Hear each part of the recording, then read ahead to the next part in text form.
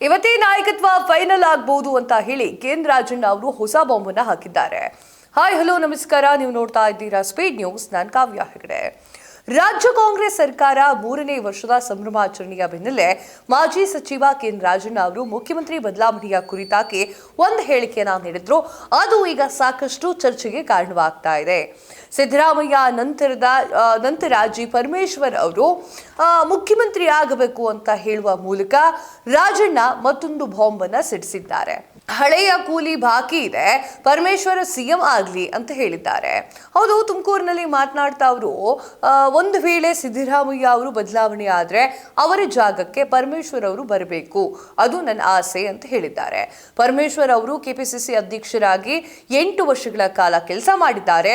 2013ರಲ್ಲಿ ಅವರು ಗೆದ್ದಿದ್ರೆ ಅವರೇ ಸಿಎಂ ಆಗ್ತಾ ಇದ್ರು. ಅಂದು ಅವರು ಗೆಲ್ಲಿಲ್ಲ.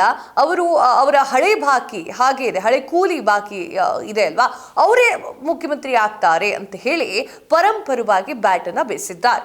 ಅಧಿಕಾರ ಎನ್ನುವುದು ಜನ ನೀಡಿರುವಂತಹ ಭಿಕ್ಷೆ ಅಂತ ಹೇಳಿ ರಾಜಣ್ಣ ಅವರು ಹೇಳ್ತಾರೆ. ಮುಖ್ಯಮಂತ್ರಿ ಸ್ಥಾನ ಬಿಟ್ಟು ಕೊಡುವ ವಿಚಾರವಾಗಿ ಮಾತನಾಡುತ್ತಾ ರಾಜಣ್ಣ ಅತ್ಯಂತ ಕಟು ಶಬ್ದಗಳನ್ನ ಬಳಸಿದ್ದಾರೆ. ಸಿಎಂ ಸ್ಥಾನ ಬಿಟ್ಟು ಕೊಡೋದು ಅಂದ್ರೆ ಸಿದ್ದರಾಮಯ್ಯ ಅವರ ಮನೆ ಆಸ್ತಿನ, ಅಧಿಕಾರ ಯಾರ ಆಸ್ತಿಗೂ ಅಲ್ಲ. ಪ್ರಜಾಪ್ರಭುತ್ವದಲ್ಲಿ ಅಧಿಕಾರ ಎಂಬುದು ಜನ ಕೊಡುವಂತಹ ಭಿಕ್ಷೆ. ನನ್ನ ಆಸ್ತಿಗೂ ಅಲ್ಲ, ಮತ್ತೊಬ್ಬರ ಆಸ್ತಿಗೂ ಅಲ್ಲ. ಭಿಕ್ಷೆ ತೆಗೆದುಕೊಂಡು ಅದನ್ನ ಎಷ್ಟು ಕೊಡಬೇಕಿತ್ತೋ ಅಂತ ಹೇಳಿ ಅಪೇಕ್ಷಿಸೋದು ಸರಿಯಲ್ಲ ಅಂತ ಹೇಳಿ ಮಾರ್ಮಿಕವಾಗಿ ಉತ್ತರವನ್ನು ನೀಡಿದ್ರು. ಸಿದ್ದರಾಮಯ್ಯ ಭವಿಷ್ಯ ನಿರ್ಧಾರ.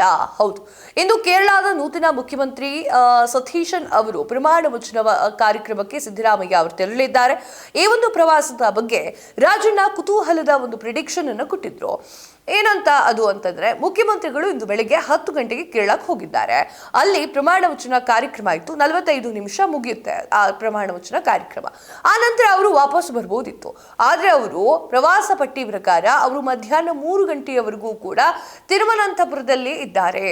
ಅಲ್ಲಿ ಮಲ್ಲಿಕಾರ್ಜುನ್ ಖರ್ಗೆ ಅವರಿದ್ರು, ರಾಹುಲ್ ಗಾಂಧಿ ಅವರಿದ್ದಾರೆ, DK ಶಿವಕುಮಾರ್ ಅವರು ಎಲ್ಲರೂ ಕೂಡ ಇದ್ದಾರೆ. ಎಲ್ಲರೂ ಒಂದು ಕಡೆ ಇರೋದ್ರಿಂದ ಏನಾದರೂ ಚರ್ಚೆ ಆಗಬಹುದು ಅನ್ನೋದು ನನ್ನ ವೈಯಕ್ತಿಕ ನಿರೀಕ್ಷೆಯಾಗಿದೆ. ನಾಯಕತ್ವ ಬದಲಾವಣೆಯ ಬಗ್ಗೆ ಇವತ್ತೇ ಅಂತಿಮ ಆಗಬಹುದು ಅಂತ ಹೇಳಿ ಭವಿಷ್ಯವನ್ನ ನುಡಿದಂತಹ ರಾಜಣ್ಣ ಅಲ್ಲೇ 3-4 ಜನ ಸೇರಿ 5 ನಿಮಿಷ ಮಾತನಾಡಿದ್ರೆ ಒಂದು ಅಭಿಪ್ರಾಯಕ್ಕೆ ಬರಬಹುದು. ರಾಹುಲ್ ಗಾಂಧಿ ಅವರ ಬಾಯಿಂದ ಏನು ಬರುತ್ತದೋ ಅದೇ ಜಾರಿಯಾಗುತ್ತೆ. ಇವತ್ತೇ ಏನಾದರೂ ಫೈನಲ್ ಆಗಬಹುದು ಅಂತ ಹೇಳಿ ನನಗನ್ನಿಸ್ತಾ ಇದೆ ಅಂತ ಹೇಳಿಕೆಯನ್ನ ನೀಡ್ತಾರೆ. ಸಚಿವ ರಾಜಣ್ಣ ಅವರ ಈ ಒಂದು ಹೇಳಿಕೆ ಕಾಂಗ್ರೆಸ್ ಪಾಳ್ಯದಲ್ಲಿ ಹೊಸ ಸಂಚಲನವನ್ನ ಮೂಡಿಸಿದೆ. ಹೈಕಮಾಂಡ್ ಯಾವ ನಿರ್ಧಾರವನ್ನ ಕೈಗೊಳ್ಳುತ್ತೆ ಅನ್ನೋದನ್ನ ಕಾದು ನೋಡಬೇಕಾಗಿದೆ. ಇದಾಗಿದೆ ಇವತ್ತಿನ ವಿಶೇಷ. ಮತ್ತಷ್ಟು ಸುದ್ದಿಗಳಿಗಾಗಿ ನೋಡ್ತಾ ಇರಿ ಸ್ಪೀಡ್ ನ್ಯೂಸ್. ಸುದ್ದಿ ನಿಮ್ಮದು, ವೇಗ ನಮ್ಮದು.